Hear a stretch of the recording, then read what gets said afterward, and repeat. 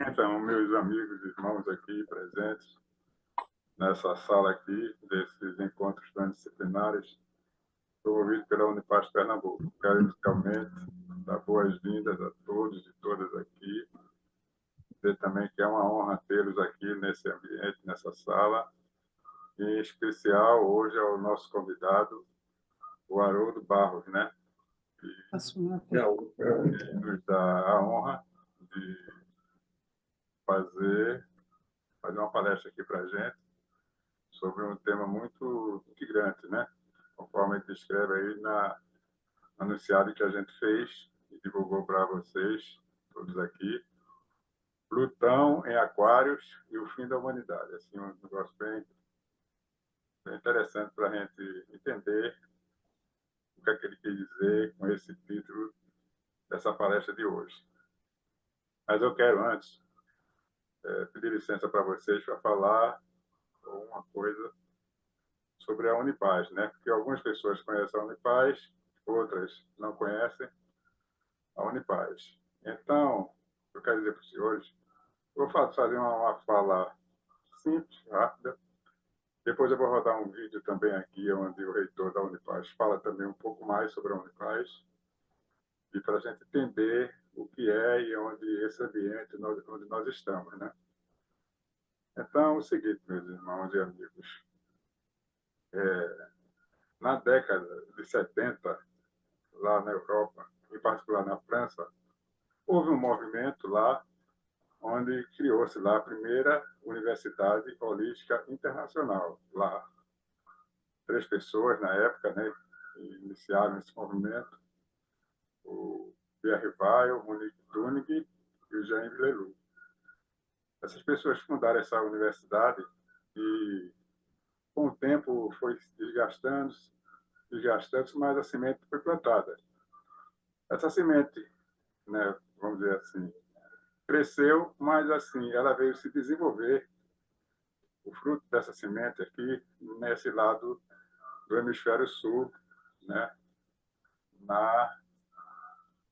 aqui nessa região, aqui no Brasil. Foi quando, em 1987, um governador, José Aparecido, lá em Brasília, ele criou uma fundação chamada Fundação Cidade da Paz. Era um realista, assim, em criar esse movimento. Aí chamou uma pessoa de nome Pierre Weill, que era uma das 3 pessoas que estavam lá na França naquela época. Ele já morava no Brasil, para presidir essa fundação, em 1987.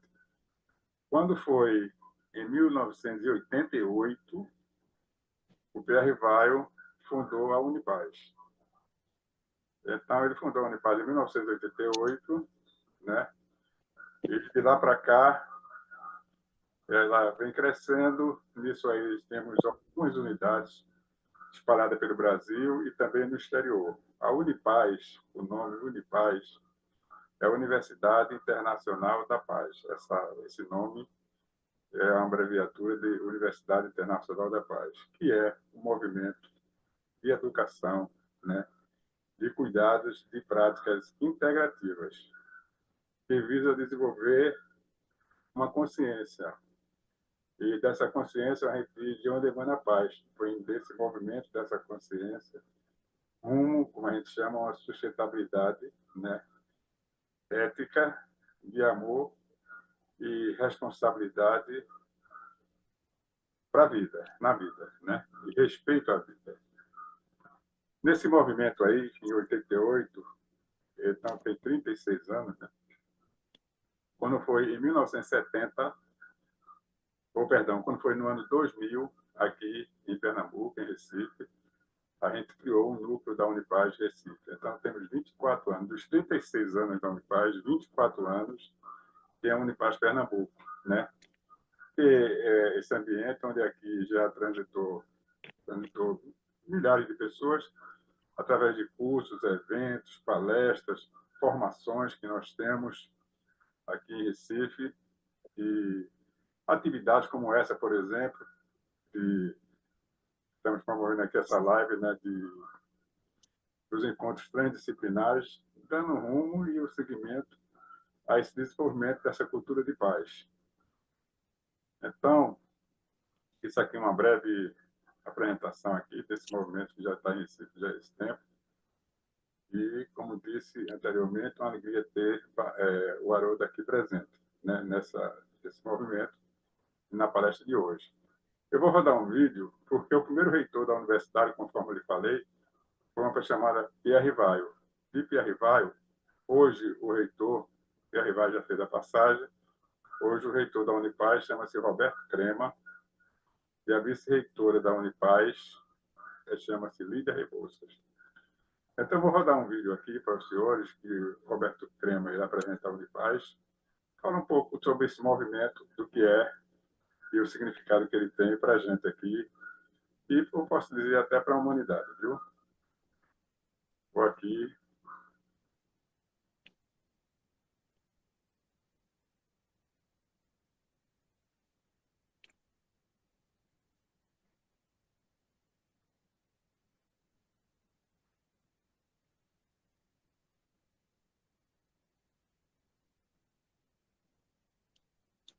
Deixa eu ver aqui.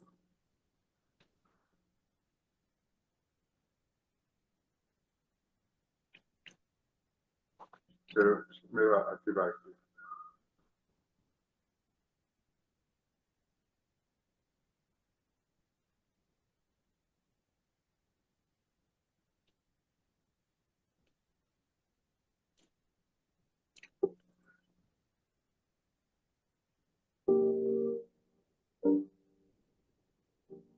Eu sempre digo que ninguém transforma ninguém, ninguém se transforma sozinho, ninguém liberta ninguém, ninguém se liberta sozinho. Nós nos transformamos, nós nos libertamos no encontro.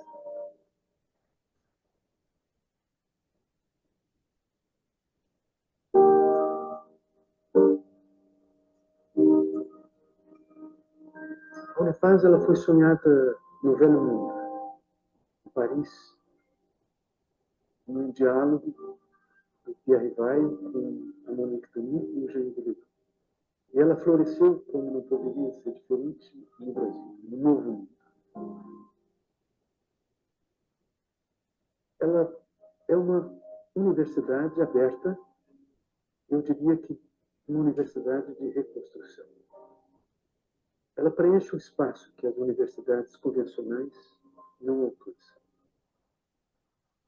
Ela nasceu já a partir desse insight, dessa constatação de que não é com o paradigma que inventou o problema que nós vamos resolver. Nós precisamos de um outro aprender a aprender. E essa precisa ser a lógica da dialogicidade. Primeiro, da conciliação da parte ao todo, é a visão mística. Trata-se de conciliar o detalhe com a totalidade. O texto com o texto.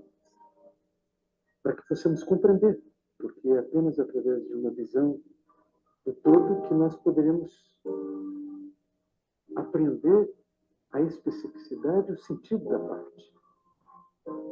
Por outro lado, o diálogo é entre a ciência, a filosofia, a arte e a tradição espiritual. Porque no século XVII foi estabelecido um princípio perverso do antagonismo entre a ciência e a consciência, entre o sujeito e o objeto, entre a razão e o coração, entre a sensação e a intuição, entre a efetividade e a afetividade, entre o conhecimento e o amor.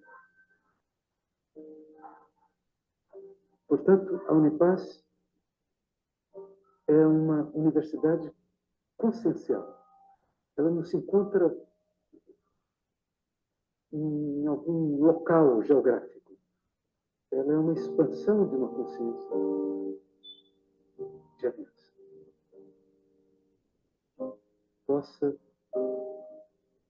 através de um novo aprender a aprender, nos abrir horizontes para a reconstrução.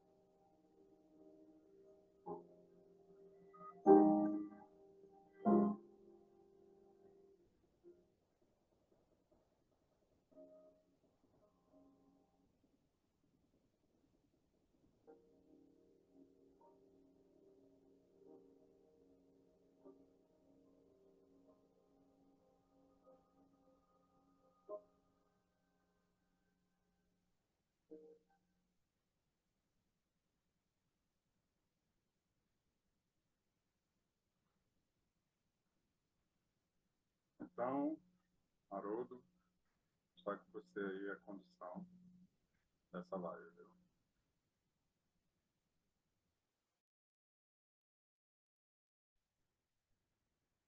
Senhoras e senhores, meu cordialíssimo boa noite.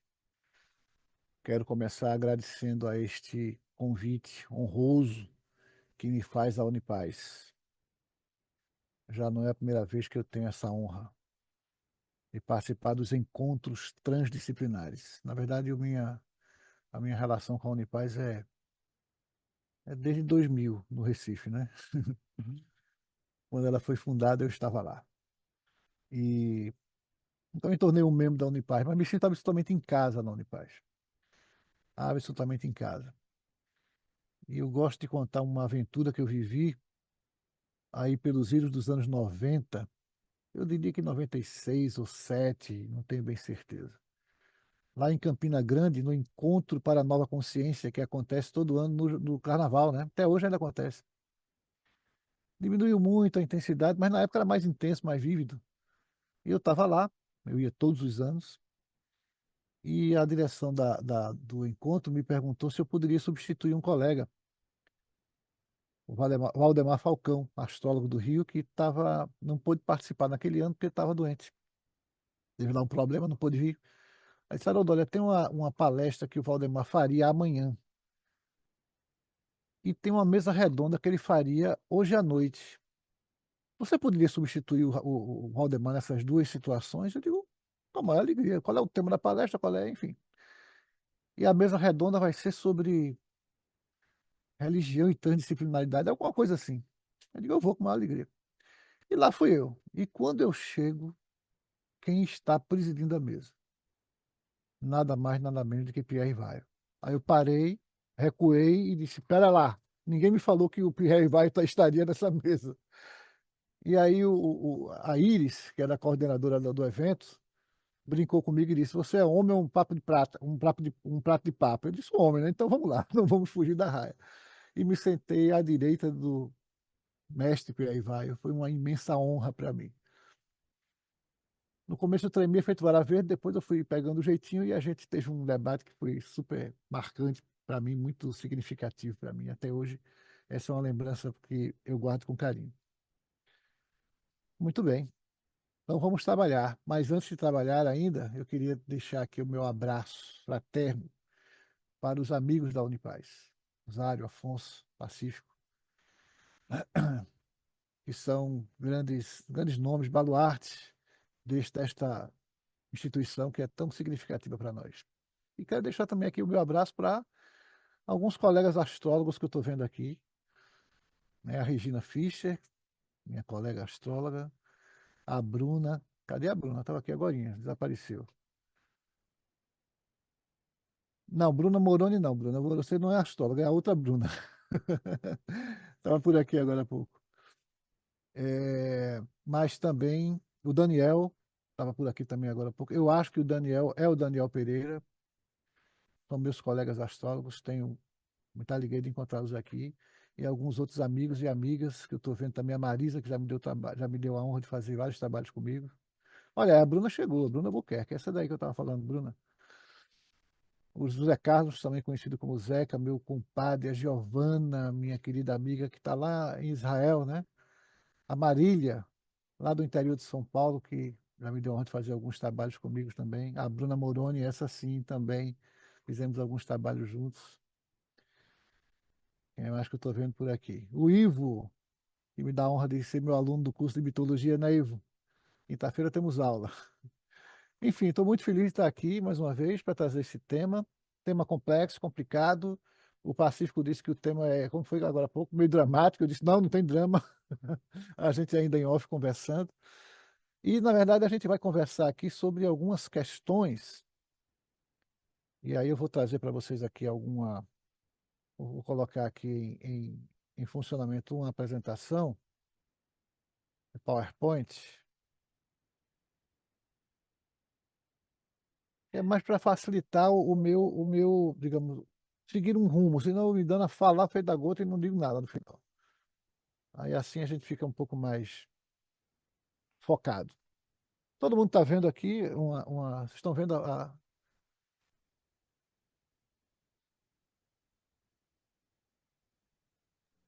Sim. Muito bem. Aí está então o tema que eu quero trazer para discutir com vocês: Plutão em Aquário e o fim da humanidade. Bom, vamos esclarecer tudo isso já já. Para começo de conversa, eu vou aqui começar a apresentar para vocês qual será o passeio direto. Qual será o nosso plano de voo, digamos assim. Por algum motivo não está, eu estou saltando aqui um slide. Bom, paciência, vamos lá. Não estou saltando não, agora que eu lembrei. Plutão e Aquário.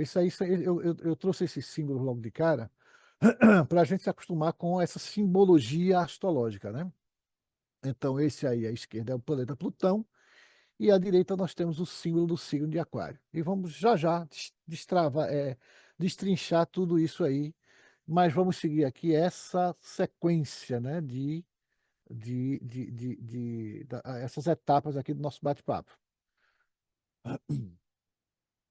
E vamos começar já por esse primeiro item aí, que é Aquário, o signo da humanidade. E aí eu quero começar dizendo a vocês o seguinte.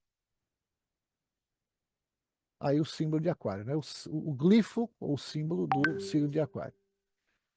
E eu quero começar dizendo a vocês o seguinte, né? O que de danado é um signo? E é interessante começar por essa ideia, por esse conceito, porque evidentemente que a mídia se encarrega de divulgar a astrologia com bastante ênfase, porém da pior forma possível, da forma mais caricata possível. Então, é engraçado que às vezes até algumas pessoas me dizem assim: olha, você não me leva a mal, mas eu não acredito em astrologia. E normalmente eu dou a seguinte resposta: eu acho que você faz muito bem. O que causa, evidentemente, uma certa estranheza na pessoa. E aí eu esclareço: se você vai acreditar em astrologia baseado no que você vê na mídia, no que você ouve na mídia, é para não acreditar mesmo. Porque aquilo não é astrologia de verdade, aquilo ali é uma caricatura da astrologia. A astrologia, a astrologia é algo muito mais elevado, muito mais nobre, muito mais amplo e muito mais significativo do que possa colocar em funcionamento aí a mídia e que atende, na verdade, a uma determinada necessidade, né? Os horóscopos de jornal existem porque tem gente que gosta de ler horóscopo de jornal. Ou seja, na verdade, a mídia vai vender aquilo que as pessoas de fato estão querendo. Então, signos, na verdade, são coisas muito diferentes daquilo que a gente está acostumado a ver na mídia, né? Vou trazer para vocês aqui uma proposta que foi trazida, na verdade, por Aristóteles, né? Em que ele coloca que existem três dimensões da realidade cósmica: uma física, uma anímica e uma metafísica.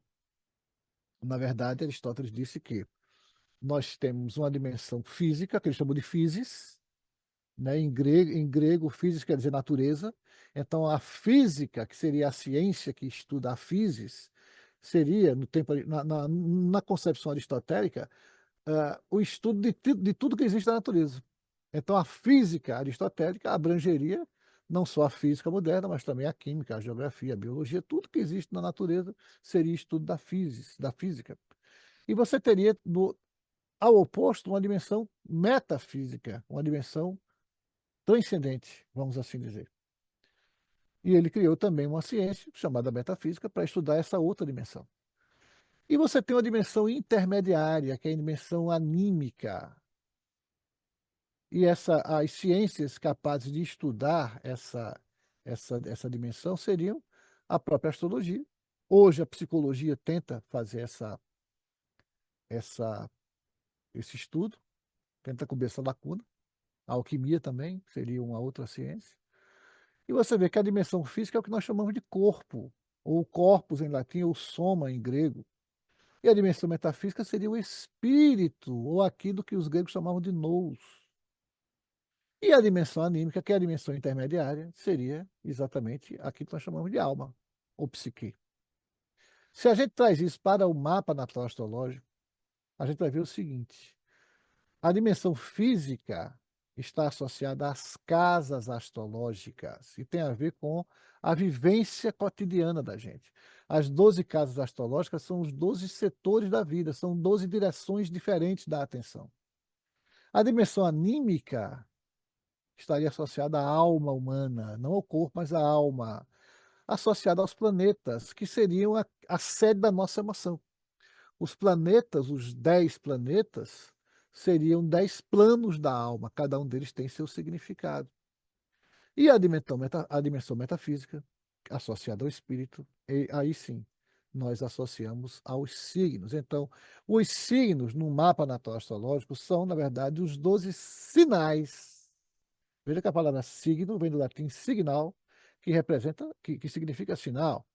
Então, o signo é um sinal por meio da qual o sagrado se nos manifesta, ou seja, cada signo é uma hierofania. Ou seja, os signos são 12 roupagens do sagrado. São 12 fantasias, são 12 formas por meio das quais o sagrado se manifesta a nós. São 12, portanto, hierofanias. Ora, isso é muito mais do que a gente está acostumado a ver quando se fala de signo.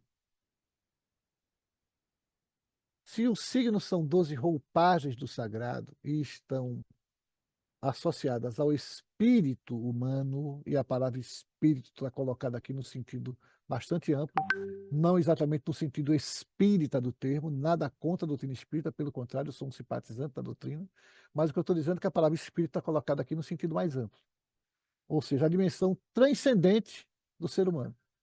E isso traz algumas consequências, né? Se um signo é uma roupagem do sagrado, a primeira consequência é que signos não têm características, nem boas nem ruins. Porque se você pegar a mídia que divulga a astrologia, a primeira coisa que você vai ver é o seguinte: quais são as características positivas e quais são as características negativas do signo de Sagitário e do signo de Leão e do signo de Touro e assim sucessivamente. Isso não existe. Porque se um signo é uma manifestação do sagrado, se um signo é uma fórmula, uma roupa, uma fantasia, por meio da qual o sagrado se nos manifesta, se o signo é a dimensão espiritual do ser humano, isso não tem característica, isso é pleno, isso é uno, até porque o espírito é o mundo do um. Então o signo teria a ver com a unidade. E isso não tem característica, portanto. As casas, por outro lado, que seria o extremo oposto, astrologicamente falando, seriam o mundo do mil, da multiplicidade, enquanto que os planetas, esses sim, têm características positivas e negativas. Então, primeiro ponto, signos não têm características nem boas nem mais. Segundo, não há signos maus ou bons, porque vocês sabem muito bem que existem alguns signos que são, assim, digamos, um tanto quanto mais ah, mal afamados. Alguns que são preferidos, inclusive, para serem odiados. Áries é o primeiro deles, né? Escorpião também não é lá muito bem visto, como também Capricórnio, ou seja, aqueles são signos maus, né? E quando alguém diz assim, é muito comum a gente ouvir isso: eu não suporto o signo tal ou o signo qual. Provavelmente o que a pessoa está dizendo é o seguinte: eu tive experiências não tão boas, experiências negativas, com pessoas, aspas, daquele signo, daquele outro signo. Então foi a pessoa, não foi o signo. Até porque signo não tem característica. Nem tem signo mau, nem tem signo bom. Até porque também não existe isso de meu signo e teu signo. A gente cresce com essa ideia. Desde criança a gente ouve isso. Quem nasce de 21 de março a 20 de maio, a 21 de março a 20 de abril é de Áries. Quem nasce de 21 de abril a 20 de maio é de Touro, e Gêmeos e Câncer, até chegar em Peixes, né? Então a gente cresce com essa ideia. Só que não é exatamente assim que a coisa funciona. Na verdade, e isso nem é assim tão exato, o que acontece é, quando a pessoa nasce, o Sol está transitando num determinado setor do céu que a gente chama de signo. Então, quando alguém diz assim, por exemplo, eu sou de Sagitário, a pessoa está dizendo, quando eu nasci, o Sol transitava por um determinado setor do céu que nós chamamos de signo de Sagitário. Então, signos são setores do céu sob esse aspecto.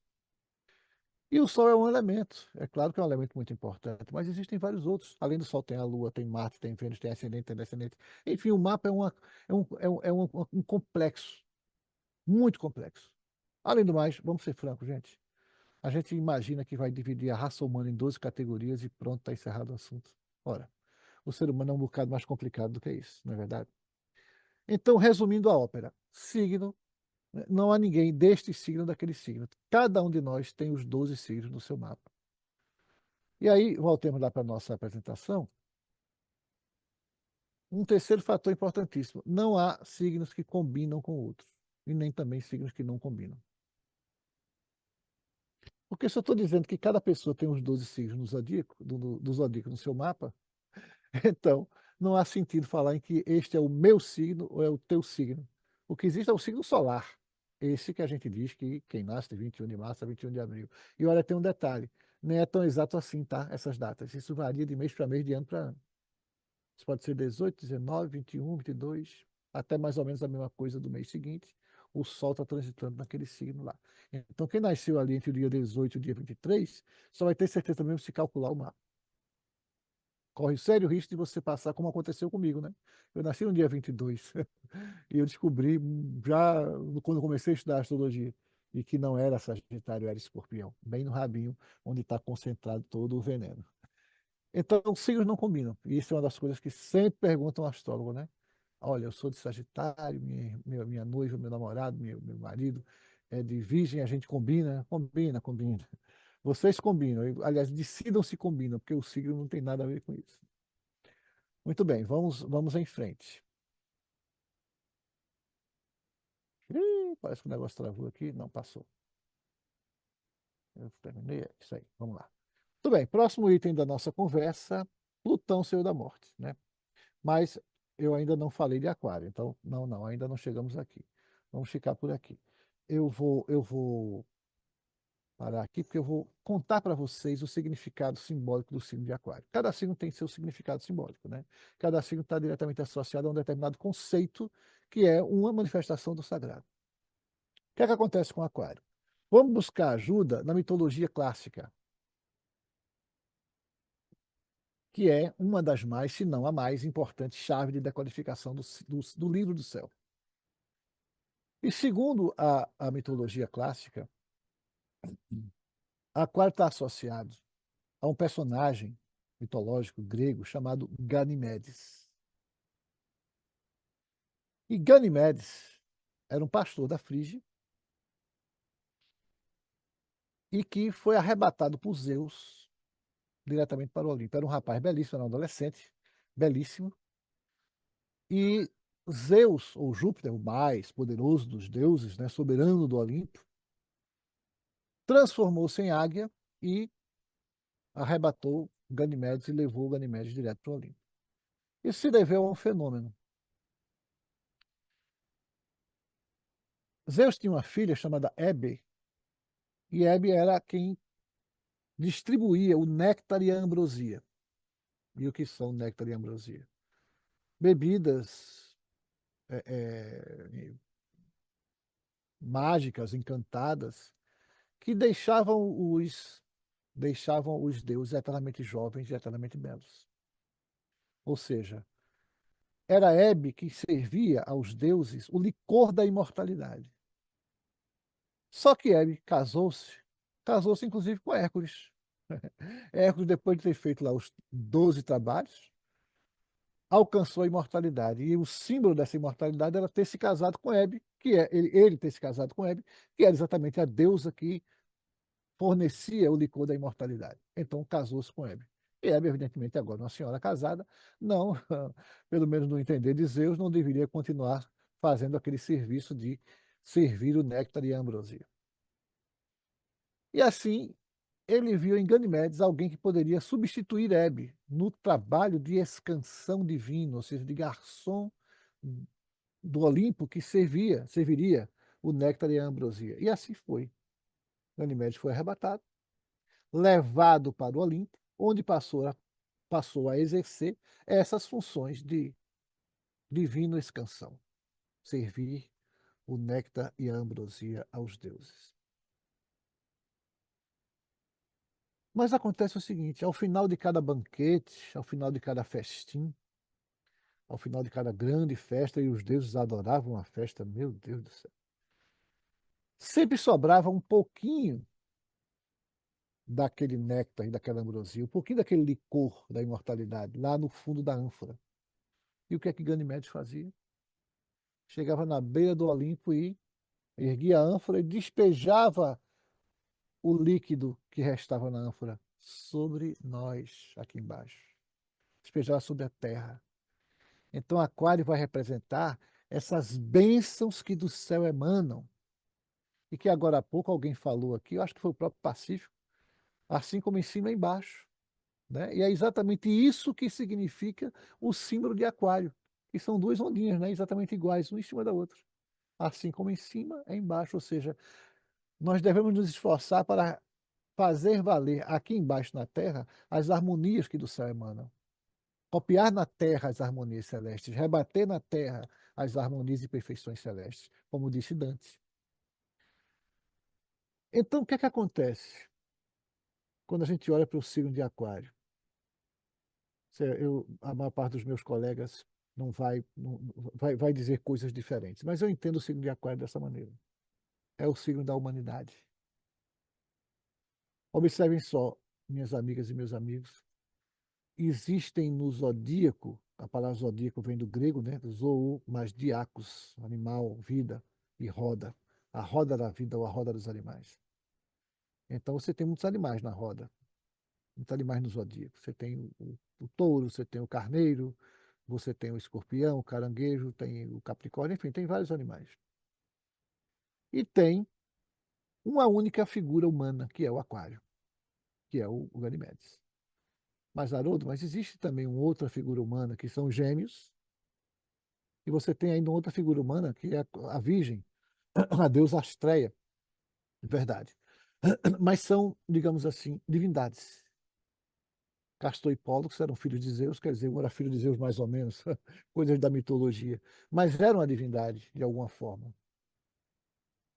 E a deusa, e a Virgem, a Astreia, né, que está associada ao signo da Virgem, era uma deusa, era uma divindade. Ganymedes não. Ganymedes era um ser humano, ele era um de nós, infiltrado lá no Olimpo. E não se esquecia da terra, não se esquecia das suas origens, não se esquecia de nós. Ao final de cada banquete, ele vinha e despejava sobre a terra o licor da imortalidade. E essa talvez seja a coisa mais essencial do signo de Aquário. Nós, nós precisamos nos tornar permeáveis ao que do céu emana. Nós precisamos virar uma esponja para absorver aquilo que do céu emana. E a gente conversava agora há pouco, né, o Afonso e eu, e a Maria do Rosário e o Pacífico, antes da gente começar a transmissão, a gente conversava dizendo que a palavra desastre tem uma etimologia engraçada. Vem de des, quer dizer afastamento, e astra, quer dizer estrela, astro. Então o desastre acontece quando nós deixamos de olhar para o alto, quando nós nos afastamos dos significados que do céu emanam. Então, minhas amigas e meus amigos, nós precisamos estar sempre permeáveis ao que do céu emana. E é isso que nos faz humanos. É isso que nos torna diferentes dos animais. Nós temos fé, nós temos esperança, podemos trabalhar, podemos criar o nosso próprio destino. E é isso que o signo de Aquário vai representar. Existe um personagem a quem eu gosto muito de citar, que eu digo sempre que é o personagem mais aquariano do século XX. E olha que nós tivemos muitos personagens aquarianos, né? Nós temos um Piai-Vai, por exemplo. Isso poderia ser a própria encarnação do Ganymedes. Nós temos Chaplin, nós temos. Nossa, nós temos tantos personagens aquarianos, uranianos. Mas esse eu tenho, assim, uma especial consideração por ele. Um sujeito chamado Yuri Gagarin. Major Yuri Gagarin, major da Força Aérea Russa, ainda nos tempos da União Soviética, e que foi o primeiro ser humano a entrar em órbita. O primeiro ser humano a dar uma volta ao redor da Terra. E tem uma passagem interessantíssima quando, num dado momento, a nave dele, se não me falha a memória, chamava-se Vostok, Vostok terceira ou quarta, não me lembro bem, saiu, né, da atmosfera terrestre e durante alguns segundos ficou sem comunicação com o centro de controle de voo, que ficava lá na cidade de Vladivostok. E então o centro de controle de voo fazia contato constante, tentava fazer contato. Major Gagarin, câmbio, Major Gagarin responda, e o Major Gagarin nada, silêncio. E o povo já preocupado, Major Gagarin, câmbio, está nos ouvindo, responda, câmbio, nada. Lá para as tantas, o Major Gagarin soltou uma única frase: a Terra é azul. Ponto. Minhas amigas, meus amigos, a Terra é azul. E essa talvez tenha sido, repito, a frase mais aquariana que a gente teve a possibilidade de ouvir ao longo de todo o século XX. Sabe por quê? Porque aquário tem a ver com o ver de longe, né? Inclusive, como Ganymedes que via lá de cima. Do mesmo jeito que Ganymedes, Gagarin não viu países, não viu fronteiras, não viu raças. Ele não viu, ali está a mãe Rússia, e ali está o inimigo, né? Os americanos lá, ali está a África, ali está a Europa. Não! Ele viu uma grande bola azul. Ele não viu os africanos, os afrodescendentes, ele não viu os amarelos, os brancos, os caucasianos. Não. Ele viu uma grande bola azul. E expressou isso dessa forma, a Terra é azul. Ou seja, nós somos todos um. E a sensação que eu tenho é que quando o Gagarin foi, nós todos fomos com ele. Quando ele estava lá em cima e olhou para a Terra e disse: a Terra é azul, nós todos estávamos lá com ele. Todos os seres humanos que já tinham morrido, os que ainda vão nascer, todos estavam lá com o Gagarin. Então, Aquário vai representar exatamente isso. O lado humano das coisas, a humanidade, a própria humanidade. Ganymedes é o representante da nossa humanidade, lá no Olimpo, como Gagarin foi representante de todos nós lá nas estrelas. Muito bem, esse é o signo de Aquário. E todo mundo tem Aquário no seu mapa, e em algum lugar do seu mapa você vai ter, portanto, de lidar com essa energia aquariana, da igualdade, do igualitarismo, das grandes causas sociais, da humanidade como um todo. Ok, vamos voltar ao PowerPoint para a gente continuar com a nossa conversa. Até agora nós vimos um primeiro ponto que foi exatamente Aquário, signo da humanidade. Vamos ver agora o segundo ponto, Plutão, Senhor da Morte, que é exatamente o nosso próprio tópico. Então veja, eu falei a vocês agora há pouco. Os signos representam a dimensão espiritual do ser humano. Os planetas representam a dimensão emocional. Os planetas vão se representar, portanto, os 12 planos da alma que, conjugados, formam o design da nossa alma. E cada pessoa tem um design diferente a partir do próprio mapa, né? Há uma diferença que eu falei a vocês: o espírito é imutável, ele é pleno, ele não tem características boas ou más, ele é pleno. Então, os signos estão sempre naquela mesma sequência: Áries, Touros, Gêmeos, Câncer, não pode mudar. Os planetas, a ordem é completamente diversa, dependendo do dia e da hora em que você nasceu. E aí vão representar, portanto, cada uma dessas dimensões emocionais do ser humano. O que é que representa o planeta Plutão? Veja só, por exemplo, se você pensar na Lua, que é o astro mais próximo da Terra. Representa a magia da alma. É a lua que nos ensina a magia, o encantamento. O sol vai representar a consciência da alma. É o sol que nos traz uma certa autoridade, um certo poder, mas também a consciência. Marte vai representar a força da alma. E assim sucessivamente. Então, cada planeta tem uma determinada função dentro da alma. Quem é Plutão? Pedindo de novo a ajuda da mitologia, a gente vai trazer aqui a ideia de Hades, o deus grego da morte. Hades é o nome grego, Plutão é o nome latino, né? Que era o senhor dos infernos. A palavra Hades vem de um radical que significa o invisível. Observem, minhas amigas e meus amigos, que a palavra inferno está colocada aqui num sentido completamente diferente do sentido que se dá na tradição judaico-cristã, tá? Inferno aqui tem. A palavra inferno, inclusive, vem de inferon, que quer dizer região abaixo de. Os infernos da mitologia grega, o Hades, como era chamada, era a região sombria para onde iam os mortos. Morreu e foi para o inferno. Lá chegando, assim é que a pessoa passaria por um determinado julgamento e seria conduzido para um local outro ou outro, dependendo de seus bons comportamentos ou maus comportamentos ao longo da vida. Mas morreu e foi para o inferno. E Plutão era o senhor dos infernos. Plutão vai representar, portanto, a divindade que representa a própria morte. No mapa natal astrológico, ele vai representar, sabe o quê? Regeneração e morte. Evidentemente que as minhas amigas e os meus amigos aqui presentes já entenderam que a palavra morte não está colocada aqui no sentido ao pé da letra de morte, de destruição, mas sim no sentido de transformação e transmutação. Não quer dizer que esta transformação, esta transmutação sejam suaves. Então, vamos pegar a palavra morte aqui como sendo o fim ou um fim de alguma coisa. E aí, com isso, a gente já tem os dois elementos principais da nossa conversa, Plutão e Aquário. E agora vamos estudar um pouquinho de astrologia. O que acontece quando um planeta transita em um signo?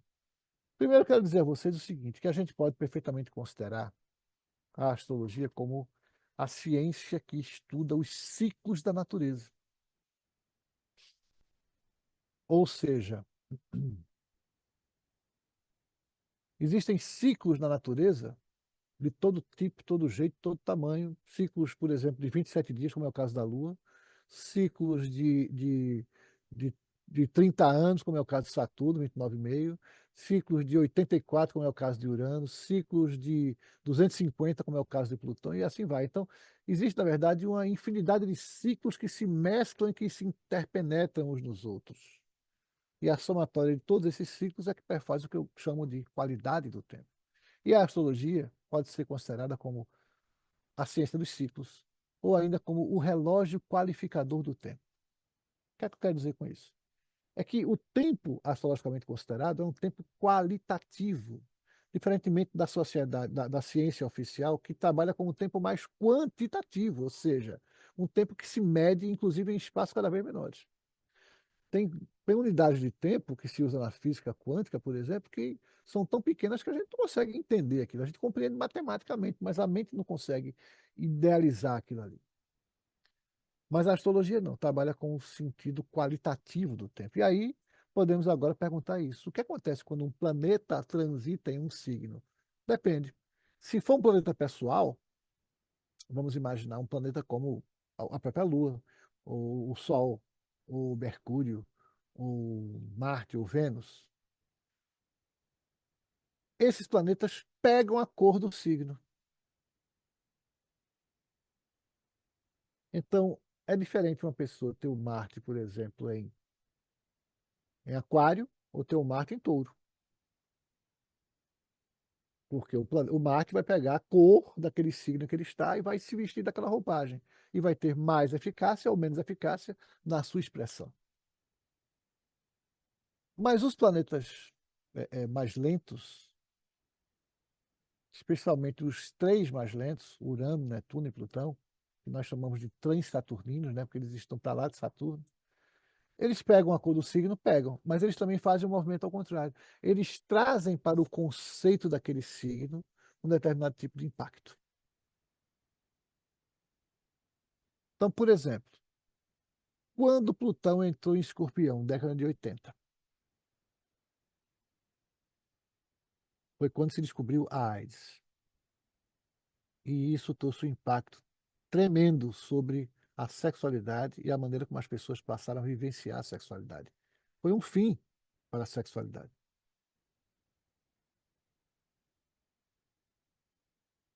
Depois, Plutão entrou em Sagitário, aí já em meados da década de 90. E foi um tal de descobrir, de aparecer, de se manifestar questões extremamente desagradáveis, pesadas, inclusive de caráter sexual, dentro das igrejas. Era padre pedófilo, era pastor pedófilo, foi um horror. E isso causou um impacto nas religiões. Foi um fim para as religiões. E aí Plutão entra em Capricórnio e trouxe um certo fim para determinadas estruturas. Isso e desencadeou crises de liderança no mundo inteiro, nas empresas, nos países, nas famílias. E agora Plutão entra em Aquário. Ora, o que é que podemos advir daí? Bem, a matemática é simples. Plutão é morte, Aquário é humanidade, é o fim da humanidade. Não é não, doutor Pacífico? Sem drama. Então estamos diante do fim da humanidade.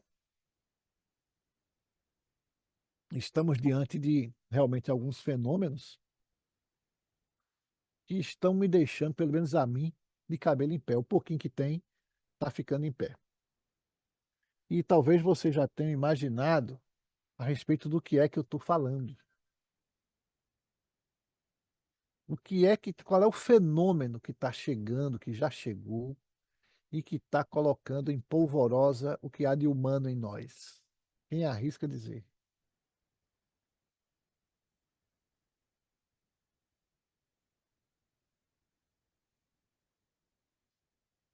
Esse fenômeno não vai chegar, não está chegando, ele já chegou, ele já é efetivo, já é uma realidade.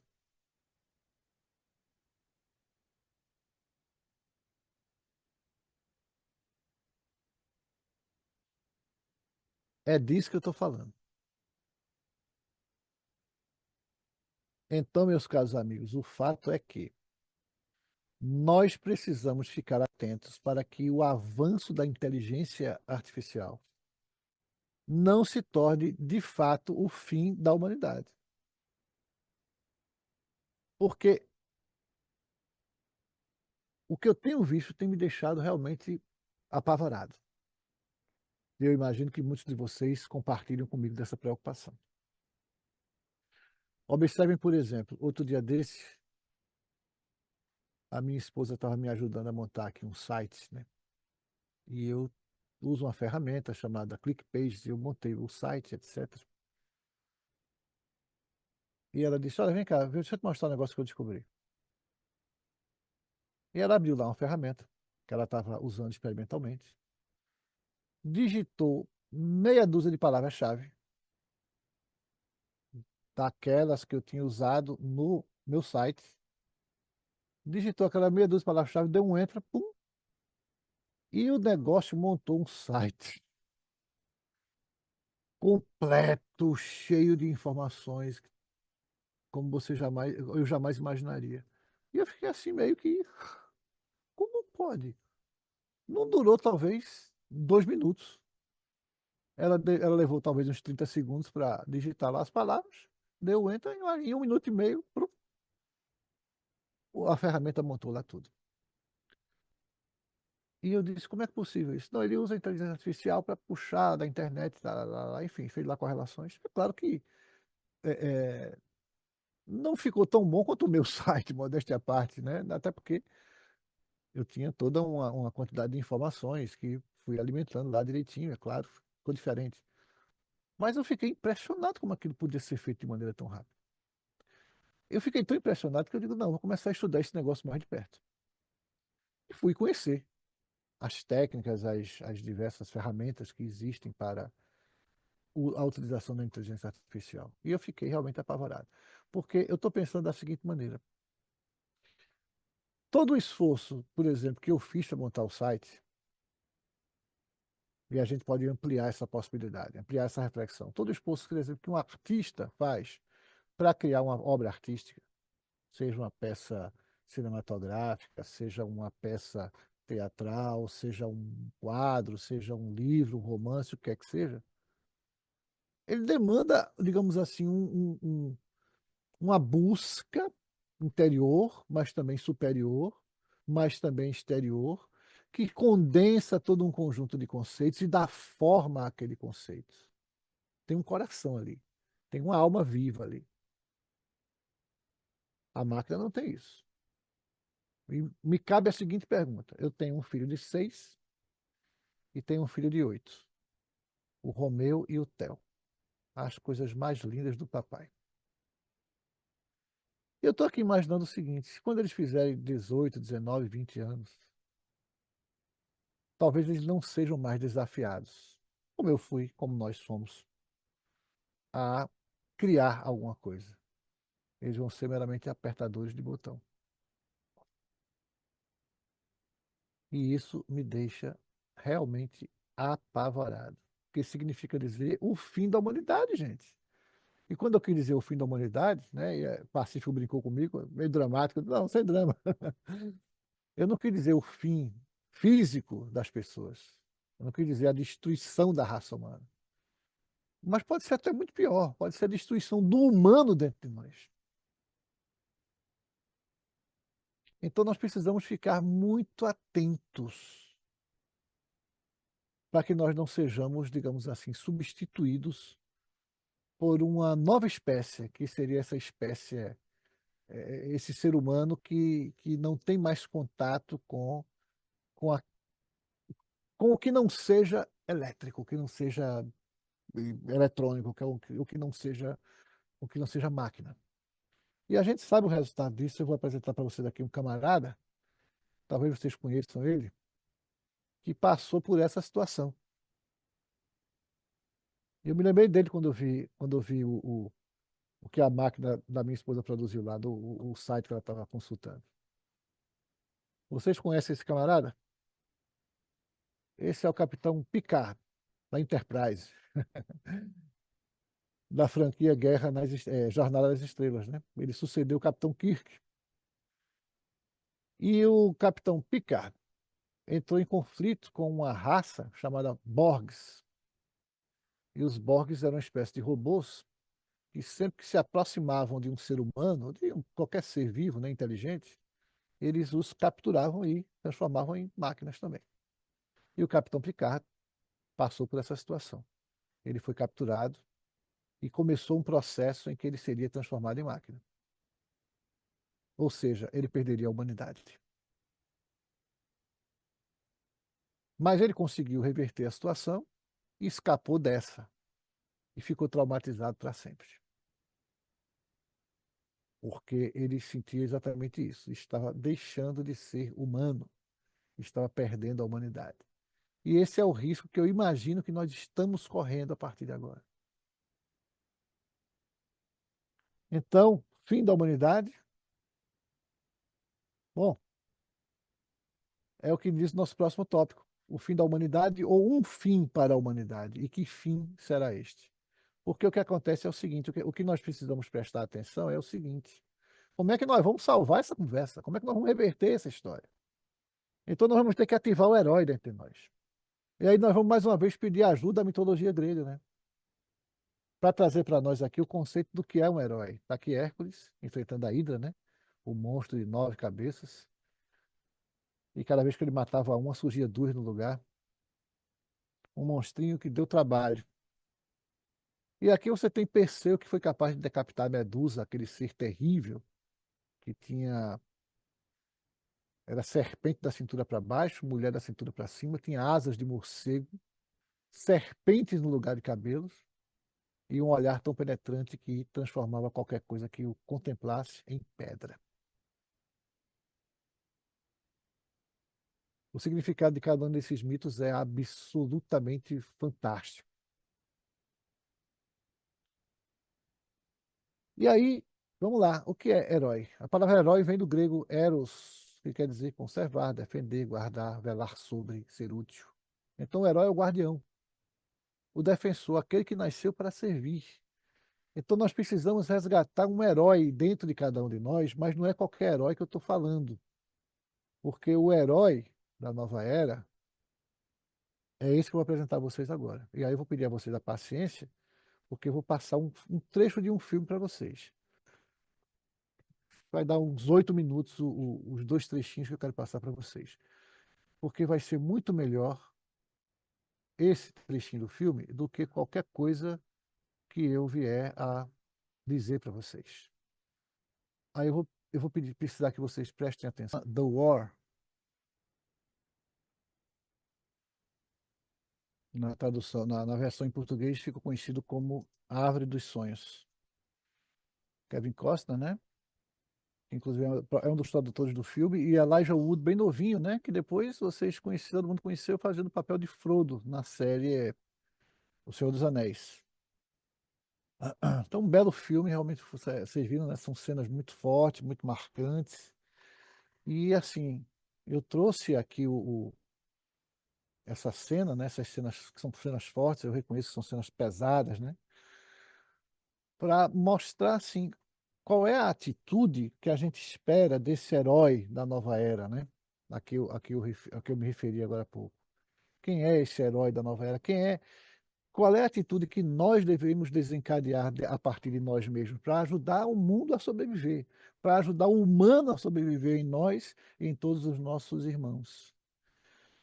Então vejam só, quem é esse herói da nova era, né? Quem é essa pessoa que nós precisamos começar a nos esforçar para ser?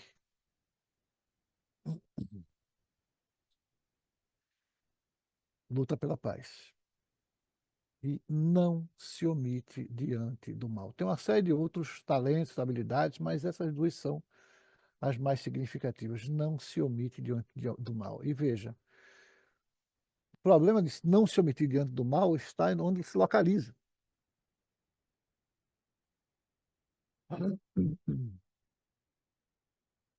A linha que separa o bem do mal existe, ela é muito sutil. E ela existe. Mas ela não está aqui assim, está aqui a linha, e lá estão os maus, e do lado de cá estamos nós, os bons. É um pouco mais complicado do que isso. Essa linha sutil existe, mas atravessa o coração de cada homem, mulher e criança que habita este nosso simpático planetinha azul. Ou seja, atravessa o coração de todos nós. O que significa dizer que metade do meu coração é luz, a outra metade é treva. E não é tão assim, metade, metade, né? As coisas se confluem, as coisas se misturam ali dentro. E o que vai fazer a diferença é essa atitude do, do, do, do Stephen lá, né? Do pai do Elijah Wood, do Kevin Costner no papel. De tentar batalhar pela paz, de tentar lutar sempre em função da paz. Graças a Deus que a gente tem essa possibilidade. Graças a Deus que a gente tem a Unipaz, por exemplo, para nos ensinar a paz, para que a gente possa desenvolver essa atitude, porque essa é a atitude que vai nos salvar. Essa é a atitude que vai fazer realmente a diferença nos próximos tempos. Esse herói vai ser capaz de trazer isso. Unidade, a percepção da unidade, somos todos um. Vai trazer consciência para si, para quem estiver ao redor dele, e vai trazer humanidade. O resgate dessa humanidade. Então, respondendo finalmente a pergunta, é o fim da humanidade ou é um determinado fim para a humanidade? Eu ouso crer, eu ouso acreditar que é um fim do qual a gente pode fazer um novo começo. Nisso realmente eu acredito. E aí eu quero trazer para vocês aqui no final uma reflexão. E antes dessa reflexão, eu quero trazer para vocês, né, essa vai ser a reflexão, né? Um trecho do Guardador de Rebanhos de Fernando Pessoa, Alberto Caeiro, né? Um dos epítetos dos pseudônimos dele é Alberto Caeiro. Mas antes disso, eu quero dizer a vocês que vocês podem me contatar por aqui. Quem estiver interessado em fazer seu mapa natal astrológico, quem estiver interessado em fazer sua constelação astrosistêmica, me acha fácil por aqui. E quero também fazer um convite para que vocês integrem o meu grupo do WhatsApp, que é um grupo de informações astrológicas. Inclusive, é um grupo é um grupo silencioso, só quem posta é o administrador, para evitar qualquer confusão. E aí a gente está sempre trazendo alguma notícia interessante que haja no céu, algum artigo, alguma coisa. E como tem essa proximidade do WhatsApp, né? Eu tenho vários canais, tem YouTube, tem Instagram, o Diaba 4, mas o WhatsApp é legal, porque eu tô aqui, aí eu olho para o céu e digo, eita, que tá uma coisa ali daquela lua ali perto de, perto perto de Vênus. Aí eu corro e gravo uma mensagem. Pessoal, olhe para o céu agora que tá uma coisa linda. E quem quiser me dar essa honra será um imenso prazer. Bom, vamos então a essa tal reflexão. O guardador de rebanhos, o canto quinto do guardador de rebanhos do Fernando Pessoa, no pseudônimo de Alberto Caeiro. E, bom, Pessoa, eu acho que eu trago esse, e não por acaso eu trago esse texto, né, aqui, porque é uma coisa engraçada como o Fernando Pessoa tem uma, pelo menos os poemas de Alberto Caeiro, ele tem uma forma engraçada, ele começa a negar, negar, negar, para depois negar o que negou e assumir de fato o que aquilo representava. Então, eu acho que o Pessoa traz aqui um recado para a gente não deixar morrer o humano dentro de nós, para que a gente continue a luta pela paz com essa atitude heróica de que a gente falou. Então vamos lá, o canto quinto do Guardador de Rebanhos de Alberto Caeiro. A metafísica bastante em não pensar em nada. O que penso eu do mundo? Sei lá o que penso eu do mundo. Se eu adoecesse, eu pensaria nisso. Que ideia tenho eu das coisas? Que opinião tenho sobre as causas e os efeitos? Que tenho eu meditado sobre Deus e a alma e sobre a criação do mundo? Não sei. Para mim, pensar nisso é fechar os olhos e não pensar. O mistério das coisas. Sei lá o que é mistério. O único mistério é haver quem pense no mistério. Quem está ao sol e fecha os olhos começa a não saber o que é sol e a pensar muitas coisas cheias de calor. Mas abre os olhos e vê o sol. E já não pode pensar em nada, porque a luz do sol vale mais que os pensamentos de todos os filósofos e de todos os poetas. A luz não sabe o que faz e por isso não erra. É comum e é boa. Metafísica. Que metafísica tem aquelas árvores? A de serem verdes e copadas, e de terem ramos, e a de dar fruto na sua hora? Mas que melhor metafísica que a delas, que é a de não saber para que vivem, nem saber que não o sabem. Constituição íntima das coisas, sentido íntimo do universo, tudo isto é falso. Tudo isso não quer dizer nada. É incrível que se possa pensar em coisas dessas. É como pensar em razões e fins quando o começo da manhã está raiando e pelo lado das árvores um vago ouro lustroso vai perdendo a escuridão. Pensar no sentido íntimo das coisas é acrescentado como pensar na saúde, ou levar um copo à água das fontes.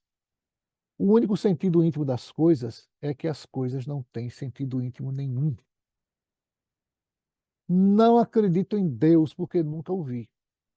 Se ele quisesse que eu acreditasse nele, sem dúvida que viria falar comigo e entraria pela minha porta dentro dizendo-me: aqui estou.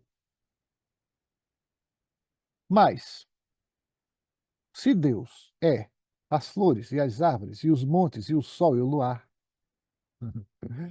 então acredito nele.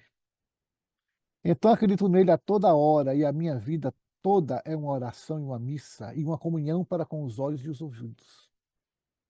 Mas, se Deus é as árvores e as flores e os montes e o luar e o sol, para que eu lhe chamo Deus? Chamo-lhe flores e árvores e montes e sol e luar. Porque se ele fez para eu o ver, sol e luar e flores e árvores e montes, e se ele me aparece como sendo árvores e montes e luar e sol e flores, é que ele quer que eu o conheça como árvores e montes e flores e luar e sol. Por isso eu lhe obedeço. Obedeço deve viver espontaneamente, como quem abre os olhos e vê. E chamo-lhe luar e sol e flores e árvores e montes. E amo-o sem pensar nele. E penso-o vendo e ouvindo. E ando com ele a toda hora.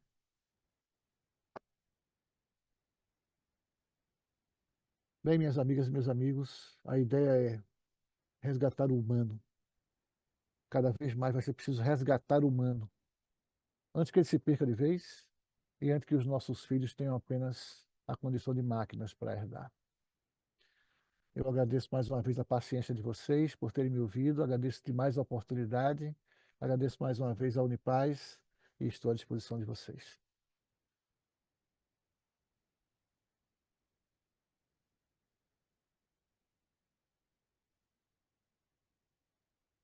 Haroldo, boa tarde, boa noite, né? É fantástico o filme que você trouxe nesse momento, principalmente para o momento que a gente está passando. E quando você traz também o exemplo da IA, né? Do o computador, quando você menos mexe, está tudo ali pronto. A gente tem eu acho que é duas posição. Uma que está tudo pronto e o outro que teve que modificar, pensar como trabalhar, como se dedicar, não é, ensinar. Foi muito legal, muito bom esse exemplo dessa aula que você trouxe nesse momento. O filme, com essa demonstração que você também trouxe da própria realidade científica, né, tecnológica. Eu acho que é um momento para a gente pensar sobre essas questões que vêm e que está sendo ficando cada vez mais abrangente, cada vez mais difícil. E até tem momentos de como ensinar os nossos filhos, porque você ensina aqui, com poucos minutos eles desaprendem. Olha, Margarida, muito obrigado pelo comentário. Veja só, esse filme é fortíssimo, eu recomendo para todo mundo. Prepare Muito. um lenço, vou logo avisando, prepare um lenço, mas é um filme belíssimo. Mas eu acho que a coisa mais importante daquelas cenas que eu mostrei para vocês é como o líder de uma família, no caso ali, né, o pai da família, né, o educador. Pronto, a palavra que eu acho que é mais importante é essa. O educador. Que esteja preparado, esteja pronto para educar para a paz. E educar para a paz significa também educar para a paz interior. Porque aí eu fico realmente imaginando, né, qual é o esforço que os meus filhos vão fazer para poder montar um site, por exemplo. E o que é que vai ser da mente dessas pessoas, né? Se a gente não colocar os limites necessários. E talvez a educação vai desempenhar aí um fator fundamental para que isso venha a se tornar realmente uma ferramenta de uso e não que não nos tornemos escravos, o que seria o fim da humanidade. Verdade.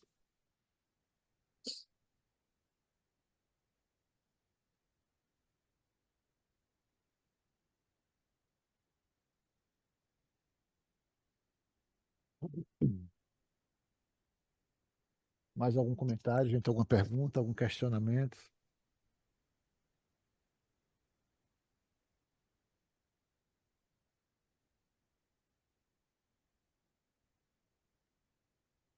Rancores, ódios contra o pobre palestrante, pruridos, incômodos. Haroldo, essa sua palestra, esse tema que você trouxe, me lembrou de um artigo de Roberto Crema, que é o atual reitor da Unipaz. O título era O século XXI, será humano ou não será? Quer dizer, é mais ou menos essa mesma temática. Quer dizer, é a oportunidade que nós, seres humanos, estamos tendo de nos tornarmos humanos. Porque, de fato, ser humano é um processo. Né? A gente se torna, porque tem um longo percurso. E essa sua apresentação trouxe essa reflexão. Me lembrou muito esse artigo. Rosário, veja só. Obrigado pelo comentário. Eu acho que você tem toda a razão. Talvez o Crema tenha tenha pensado nisso mesmo que a gente está falando, né? Agora, sabe qual é a questão? Há quanto tempo se fala de inteligência artificial? Ah, faz um bocado de tempo que se fala. Então era aquela coisa assim, nossa, esse negócio vai ser complicado, vai ser perigoso. Bom, gente, chegou. Não é mais uma ideia, está aí vivo, efetivo, e agora a coisa do ser humano, né? Ser humano é uma escolha, a gente vai ter que a cada momento fazer essa escolha, que foi a escolha que o personagem do filme estava fazendo, né? Eu vou escolher a paz. Seja qual for a situação, eu vou escolher a paz. Eu só preciso não perder a cabeça. A mesma coisa a gente talvez possa dizer. A gente vai ter que fazer escolhas cotidianamente para se manter humano, né? Para se fazer humano a cada dia. E isso vai ser um desafio. Por isso que a gente precisa muito das Unipases da vida, né? A Unipaz e outras instituições semelhantes, dessa atitude que a gente vem a ter, cada um de nós enquanto indivíduo e coletivamente.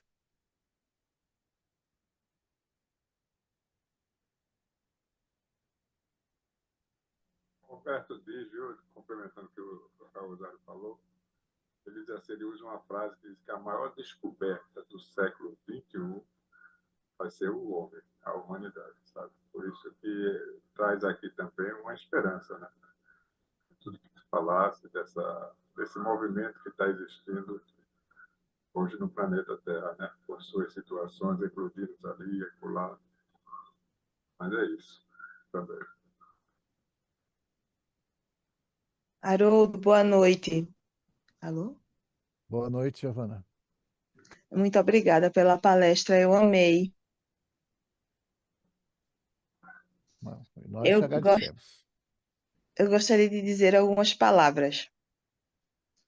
Em relação à inteligência artificial, esse é um assunto que está preocupando governos do mundo inteiro civilizado, eu quero dizer, não dos autoritários, mas do mundo inteiro civilizado. A Europa, a União Europeia, está muito preocupada com o desenvolvimento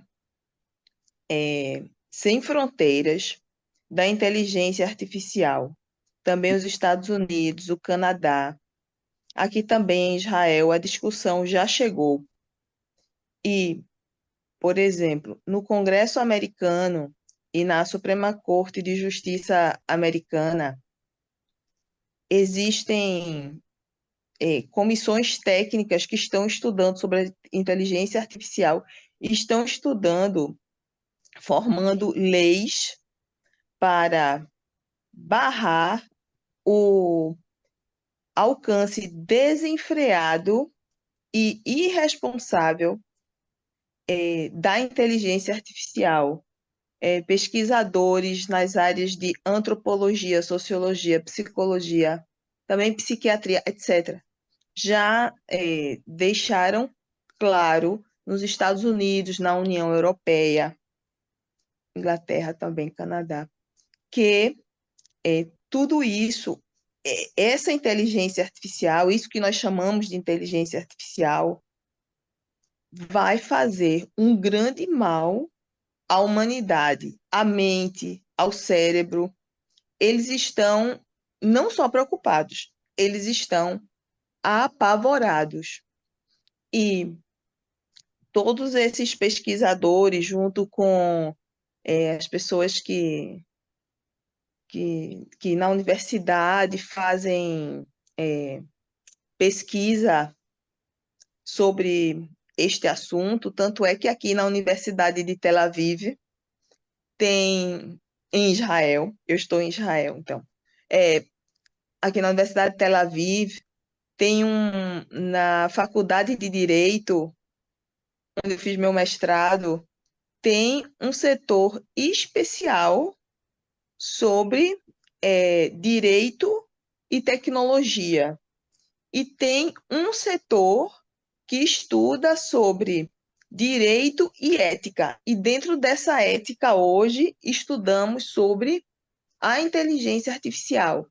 Uma das coisas que temos observado sobre o desenvolvimento da inteligência artificial é que ela é desenvolvida por grandes corporações E estas corporações, elas já não são mais nacionais. Eu vou dar um exemplo simples.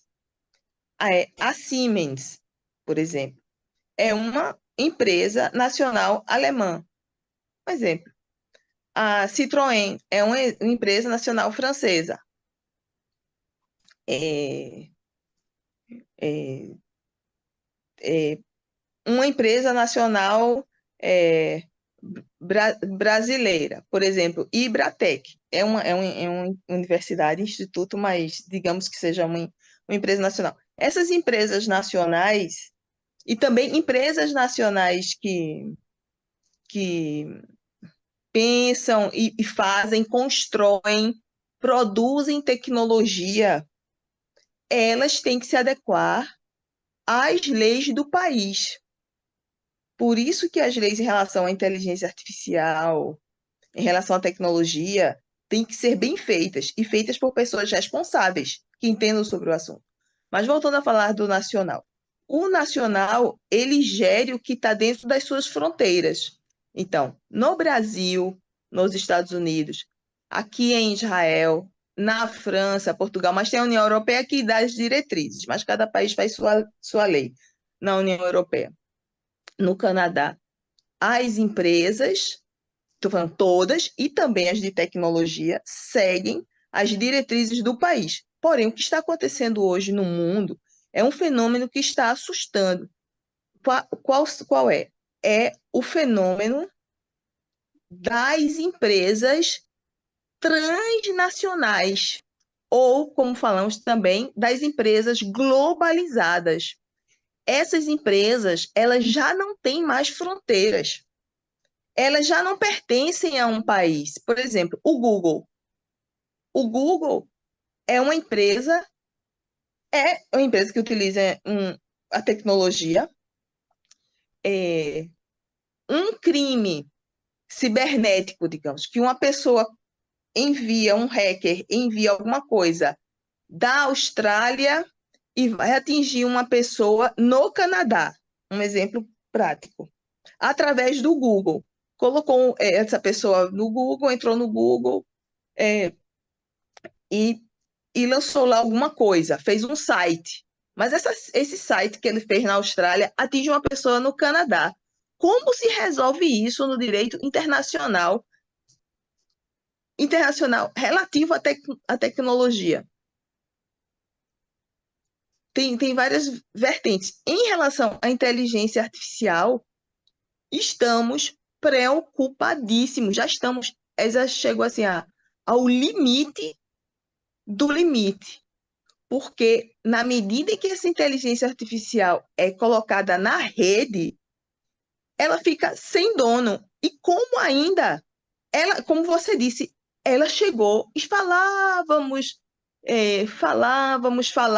mas ela chegou. E quando chegou, os estados formalmente compostos, democraticamente formados, cujos presidente e Congresso é votado,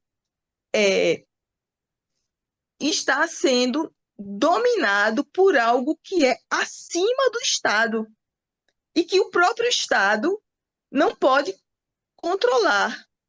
Então, talvez tenha sido Bill Gates, não sei, talvez tenha sido Bill Gates.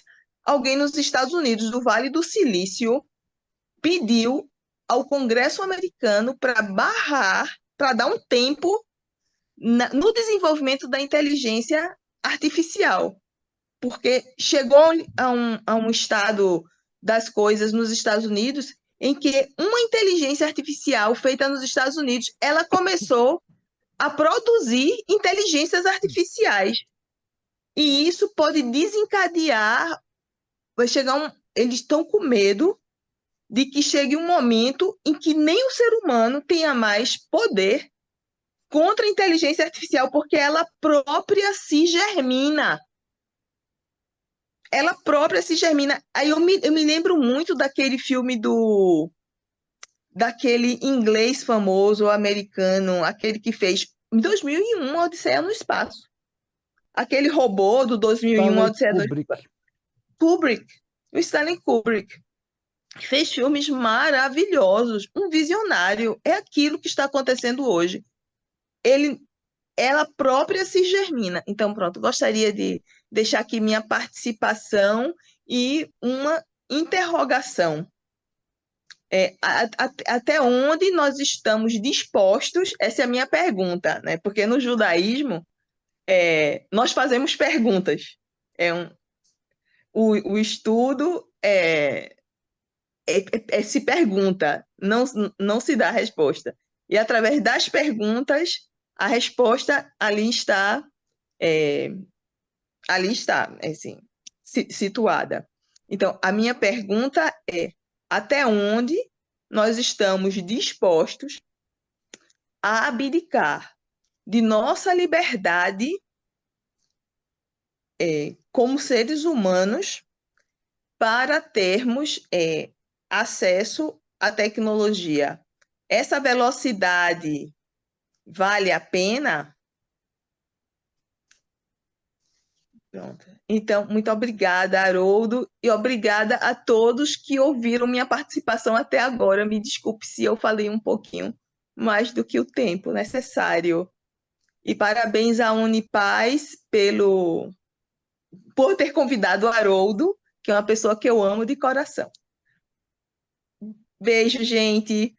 Paz e luz. Shalom. Tudo de bom. Obrigado, Giovana. Ainda mais porque eu sei que aí onde você está deve ser agora o que, umas 3 da manhã, né? Obrigado pela participação. Mais alguma pergunta, gente? Só um comentário, Haroldo. Primeiro, agradecer. Foi muito interessante e surpreendente, porque a gente, no princípio, pensa que é o fim da humanidade física, né? Mas pode também incluir isso, mas a questão é mais sutil e, de certa forma, até perigosa em termos de alma, né? Em termos metafísicos. Mas, assim, me ocorreu agora lembrar que parece que há algum arquétipo ou constelação cósmica que tende primeiro, a criar um poder criativo que se manifesta no universo e que as criaturas, de alguma maneira, querem também serem criadoras. E, às vezes, a criatura se rebela contra o Criador. Então, esse mito existe na história de Lúcifer, né? Na tradição judaico-cristã, e que pode acontecer com a inteligência artificial, algo que, em princípio, parece ser uma coisa maravilhosa e, de fato, é uma... Assim, como você disse, é capaz de fazer coisas. Eu tenho usado o chat GPT 3.5 para fazer pesquisas e como eles já fornecem um resumo da sua pesquisa com uma pergunta coloquial e tudo, quer dizer, é uma ferramenta extraordinária. Porém, se isso em algum momento chega a ser tão complexo como já aconteceu em alguns experimentos, de aparentemente adquirir autoconsciência e ser capaz de fazer escolhas por si, isso pode se tornar extremamente perigoso porque pode dar origem a mais uma criatura que pode se voltar contra o Criador, numa repetição arquetípica, digamos assim, desse padrão, dessa constelação cósmica. E isso acho que é um risco real da gente criar. Tem muitos filmes de ficção sobre isso, né? Ficção científica. E é algo também que me preocupa muito. Eu acompanho muitos filmes de ficção científica que tratam disso e vejo como isso está muito próximo já da realidade atual, sabe? Eu conheço um campo específico que é jogo de xadrez, onde essa inteligência artificial demonstrou uma coisa assim impressionante. Então, realmente é preocupante. Eu acho que você trouxe um tema importante para esse momento que a gente está vivendo. Para além das guerras físicas, tem as guerras da alma, né? As guerras metafísicas. Obrigado, professor Afonso. Mais alguma pergunta, gente? Algum questionamento?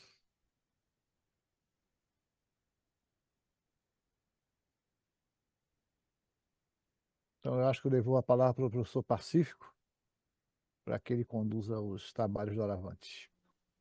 O Haroldo, deixa eu fazer um pedido a você.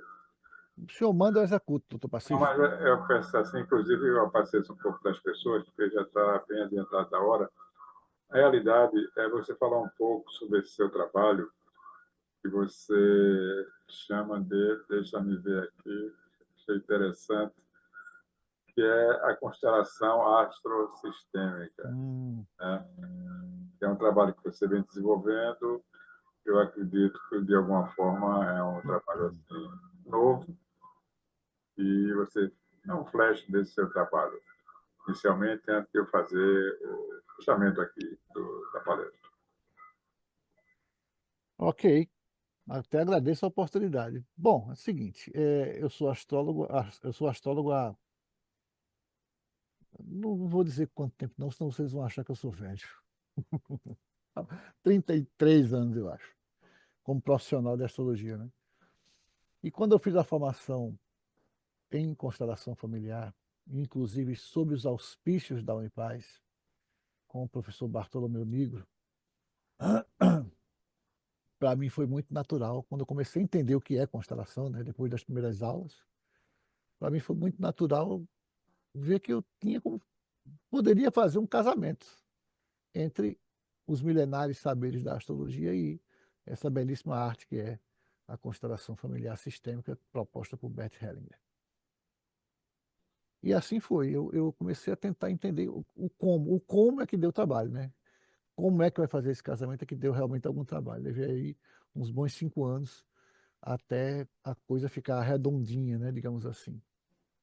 Então, a constelação que eu chamei de astrosistêmica é, na verdade, uma forma por meio da qual a gente pode fazer a constelação do mapa natal astrológico da pessoa, né? Então, é uma constelação, mas é uma constelação baseada no mapa. Eu até posso mostrar a vocês, eu tinha mostrado ao Pacífico antes. Isso aqui é o meu campo da constelação familiar, astrosistêmica, que na verdade é o zodíaco, né? Vocês estão vendo aqui, isso aqui é o zodíaco, está aqui os signos todos do zodíaco. Então, eu coloco aqui os bonequinhos representando os planetas na posição correspondente aonde estão aqueles planetas no mapa da pessoa. E a partir daí, nós podemos ter um olhar duplo, um olhar fantástico, né? Que realmente abre possibilidades de interpretação absurdas. A partir do que a astrologia, como guia, pode fazer para a constelação. E a gente pode atacar, digamos assim, qualquer tipo de problema que a pessoa tenha de ordem familiar, de ordem financeira, de ordem de saúde. Porque isso é uma coisa incrível que as constelações pressupõem, né? Que por amor, pasme, por amor, um de nós pode, por exemplo, buscar o vício de um antepassado de 5, 6 gerações atrás, você não tem a menor ideia de quem seja. Pode buscar a doença, pode repetir um comportamento de um antepassado que não é seu, mas que você repete. E repete isso por amor. Essa é a grande descoberta do Hellinger. Por amor. Como assim por amor? Porque, de alguma maneira, se você repete aquele comportamento, que é o que ele chamava de emaranhamento, né? Você está, de alguma maneira, tentando harmonizar o sistema familiar no qual você está inserido. E isso se faz por amor. Só que é um amor que, às vezes, nos prejudica.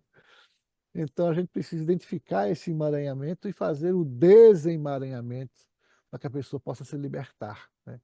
Então, é um trabalho belíssimo, o trabalho das constelações, que permite realmente uma libertação.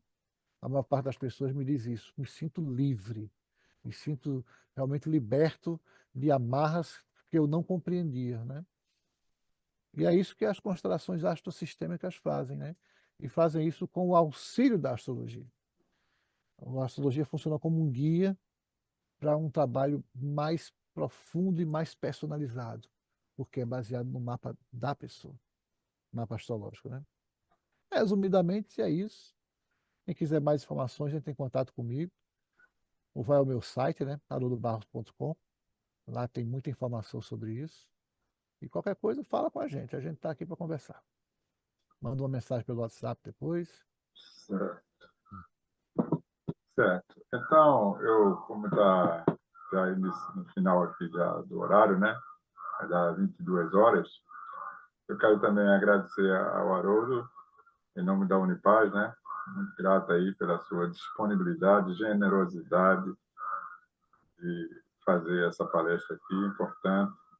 Quero também dizer às pessoas aqui presentes nessa sala que nós temos os encontros transdisciplinares, que é de forma quinzenal, temos esse agora, daqui a 15 dias, que eu não me lembro agora que data é essa. As pessoas podem também, a gente vai mandar convites. Eu vou também aqui, nesse momento, disponibilizar, deixa eu ver uma coisa aqui. Cadê?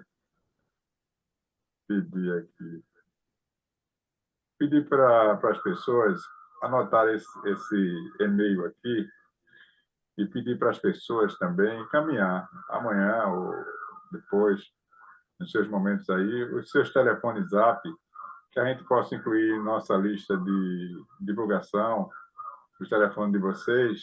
Anote esse endereço aí, a secretaria vai receber, vocês colocam lá lista para encontro transdisciplinar como assunto, ela vai catalogar e fazer um arquivo lá, para a gente poder depois comunicar com vocês e informar de outras atividades que vamos ter daqui para frente, viu? Certo? Esse é o endereço da Secretaria da Unipaz. Pacífico, a Giovana parece que quer falar alguma coisa. Quem? Giovana. Eu não vi. Eu só gostaria de dizer a todos que eu fiz a constelação familiar sistêmica astrológica com Haroldo já 2 vezes. Eu aqui em Israel, eu moro na cidade de Beersheba, que fica no deserto do Negev, no sul de Israel, a 120 quilômetros de Tel Aviv. E também a 1h20 de ônibus de Jerusalém. Mas aqui do deserto do Negev, eu fiz a constelação sistêmica astrológica com Haroldo em Recife. E é maravilhoso. É só para dizer que eu gostei e que eu aprovo e que vocês também gostarão, com certeza. Muda tudo, muda. Muda a vida da pessoa. Obrigado, Giovana, por esse depoimento. Então, meus amigos aqui dessa sala, eu quero agradecer mais uma vez a todos, né? E espero encontrá-los também em outra oportunidade, em outros encontros transdisciplinares que vamos ter pela frente. Haroldo, com você com a palavra para fazer também o fechamento. Doutor Pacífico, minhas amigas, meus amigos, não tenho mais o que dizer, a não se agradecer por essa oportunidade. Dizer para vocês, pronto, tem uma coisa que eu devo dizer, que eu tenho fé na humanidade. Eu tenho uma fé na humanidade, sabe? Eu acho que essa ameaça que aí paira sobre nós, acho que ela é real, mas nós vamos virar essa página e vamos em frente, na direção do mais alto, porque é para isso que nós nascemos, para ir na direção do mais alto. Ok. Eu quero fazer um grato aí, viu, Haroldo? Eu quero fazer um complemento aqui, o que eu não fiz no início, mas eu quero fazer agora, é que informação, né? Que nós nos organizamos na estrutura da Unipaz aqui em Recife, Pernambuco. Nós temos uma coordenação que são 3 pessoas, só para informar. Temos a Rosário, Maria do Rosário, que é a coordenadora geral, temos o Manuel Durão, que faz parte, é o vice-coordenador geral, e eu faço parte também da coordenação. Temos, além dessa estrutura, um colegiado, que são essas 3 pessoas, e mais o Afonso Celso e a Leila Albuquerque. E temos, além disso aí, um corpo, né, um quadro, um corpo de associados, de pessoas que comungam com esse pensamento nosso, de uma cultura de paz, que nos auxilia de forma financeira e também de forma de atividades, né, conosco lá na Unipaz. Então, é um complemento que eu estava precisando fazer. Mais uma vez, agradecer o Haroldo e a todos aqui, e até um próximo encontro nosso nessas salas virtuais ou mesmo presencialmente lá na Unipaz. Certo? O endereço da Unipaz, Rosário, diz aí para a gente, é no edifício Córdoba, né? Empresarial Córdoba, que fica na Rosa e Silva, 670, esquina com Rua Amélia. A sala é 705. Isso. Tá bom, meus amigos. Vou concluir por aqui. Nós somos vizinhos de Haroldo, né, Haroldo? Exatamente. Vocês estão no sétimo, eu estou no segundo. Vamos lá. Tá bom, gente. Um abraço a todos, viu? Boa noite, gente. Obrigado Boa mais uma noite. vez. Tudo de bom. Gratidão a todos.